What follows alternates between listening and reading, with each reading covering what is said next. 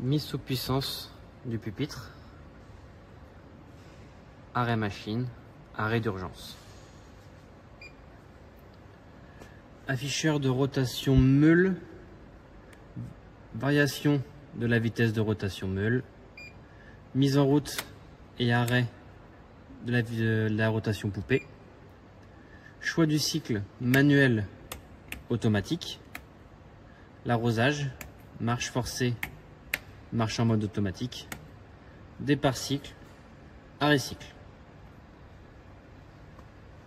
Voyant hydraulique, voyant rotation meule, voyant graissage, réarmement et sécurité.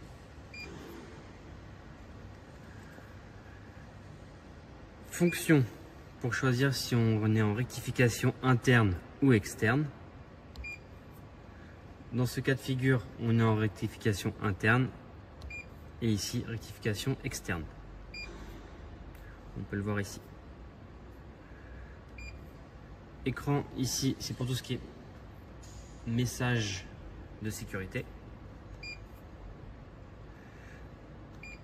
Éditeur de pièces, donc ça c'est tous les compteurs de la machine en règle générale.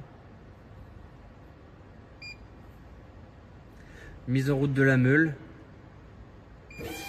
Arrêt de la meule, mise en route de l'hydraulique, donc obligation d'avoir la manivelle à 0.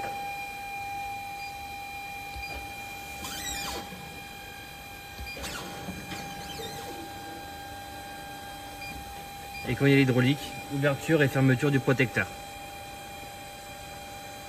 Pour pouvoir activer le mode manuel, il faut que l'hydraulique soit en route, le protecteur en haut, commutateur du mode manuel sur la droite, départ cycle.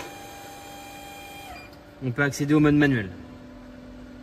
Si on veut passer du mode manuel en chariotage ou en plongée, hop, si je veux passer du coup au mode manuel plongée, on appuie d'abord sur le mode plongée. Si on veut faire le mode chariotage, on appuie d'abord sur le mode chariotage, puis après sur le mode manuel. Arrêt cycle pour arrêter le mode manuel. Les fonctions de chariotage. Ici, la matière totale à enlever. La position où est actuellement la machine. Ici, si on veut créer un décalage entre le départ cycle et la pièce. Donc sur 150, il y a 140 qui vont se faire en ébauche, 10 en finition. Cette valeur est programmable. Ici, ce sont les passes d'ébauche qu'on peut modifier, les passes de finition qu'on peut modifier. Et là, c'est le planage en fin de cycle. Combien de fois la machine va passer sur la pièce sans prendre de matière. Et là, c'est la valeur totale de pièces qu'on a faites. Remise à 0 en appuyant longtemps dessus. Le décalage qu'on peut faire du coup en incrémental avec les boutons plus ou moins. Donc au micron, au centième, au dixième. Différentes prises de passe. Prise de passe seulement à gauche. Prise de passe gauche et droite. Prise de passe à droite. Ce bouton, c'est pour mettre fin au cycle lors de l'utilisation. Qu'on soit n'importe où dans le programme, on va passer directement au planage sans prendre plus de matière.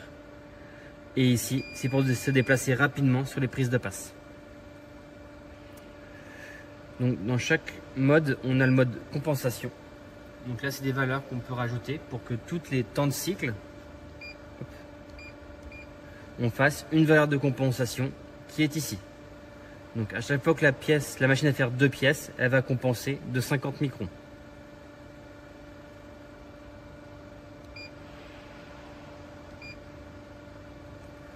Donc pour la plongée, c'est à peu près la même chose. La valeur totale qu'on enlève, la position actuelle, si on veut créer du décalage, donc avec les boutons plus et moins. Donc là, c'est en valeur d'ébauche, en valeur de définition. Et pour la plongée, c'est des valeurs de déplacement en 1000 mètres par minute. Donc en ébauche, en finition. Et après, pour le planage, c'est un temps où la meule reste en position.